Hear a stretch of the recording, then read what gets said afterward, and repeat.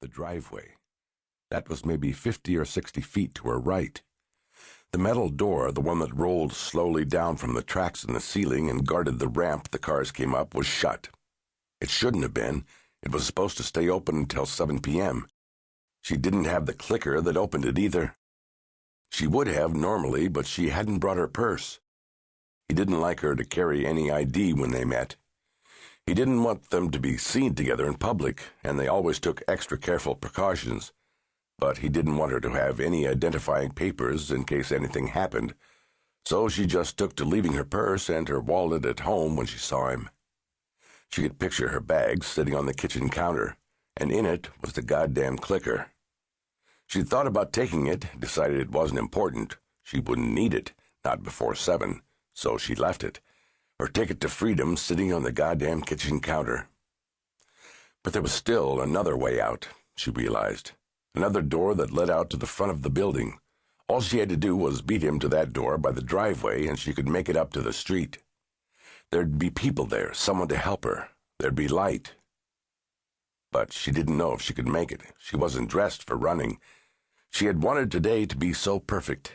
She wore his favorite blouse, a flowery Donna Karan, very flimsy and practically see-through. She had tried on 2 different pairs of pants in her apartment, then decided that pants weren't right. She really wanted to go sexy, so she wound up with a short black skirt. Straight, no pleats, linen. It came down to the middle of her thighs, and she knew he really liked her thighs. Even in public, he could barely keep his hands from brushing up against them, at dinner, sometimes being as daring as he could be, squeezing them under the table and lingering. The bra had been easy. It came from the bra store in Manhattan, on Madison in the East 60s, practically her favorite place on earth. Today's choice was very daring. It was flesh-colored and revealed a lot of cleavage. Under the Donna Karan, it would look at first glance as if she was naked, and she knew he'd really, really like that.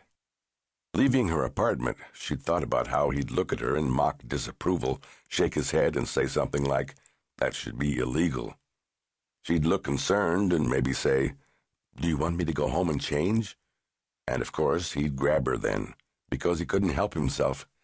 And she'd let him hold her, touch her for a long time, and she'd kiss him once or twice, slowly lick the inside of his upper lip. He loved that so much. And when he groaned with pleasure, she'd say, "Did you do it? Did you tell her?"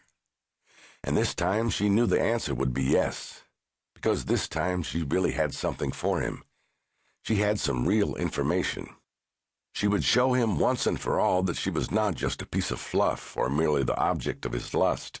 She had a brain, a good brain, and she was important to him, useful.